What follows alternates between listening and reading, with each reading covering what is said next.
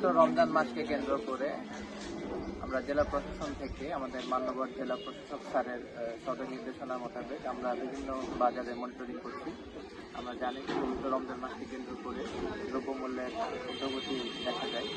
আমাদের মুসলমানরা যেন ন্যায্য মূল্যে পণ্য কিনতে পারে এবং ব্যবসায়ীরাও যেন তাদেরকে ন্যায্য মূল্যে পণ্য বিক্রি করতে পারে, সেই পরিকল্পনা অংশ হিসেবে আমরা জেলা প্রশাসন থেকে বিভিন্ন বাজার মনিটরিং করছি।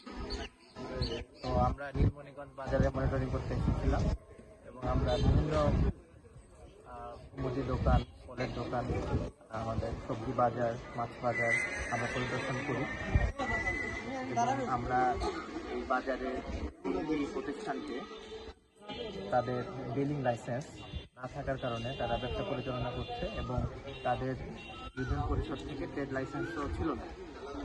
তো এই না থাকার কারণে আমরা অত্যাবশ্যক পণ্য নিয়ন্ত্রণ আইন 1956 সালে এই আইনের 3-2 ধারা মোতাবেক এটি একটি অপরাধ এবং আমরা তাদেরকে জিজ্ঞাসাবাদ করে তারা তাদের অপরাধ স্বীকার করে এবং আমরা আমার চোখের সম্মুখে ম্যাজিস্ট্রেটের চোখের সম্মুখে অপরাধটি সংঘটিত হওয়ায় মোবাইল কোর্ট আইন 2009 অনুযায়ী আমরা তাকে 2000 টাকা অর্থদণ্ড করি।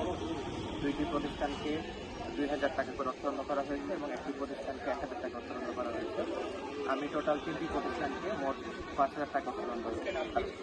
আর মোটরসাইকেলের যে অভিযান বিভিন্ন একটি অভিযান পরিচালনা করা হয়েছে। Thank you.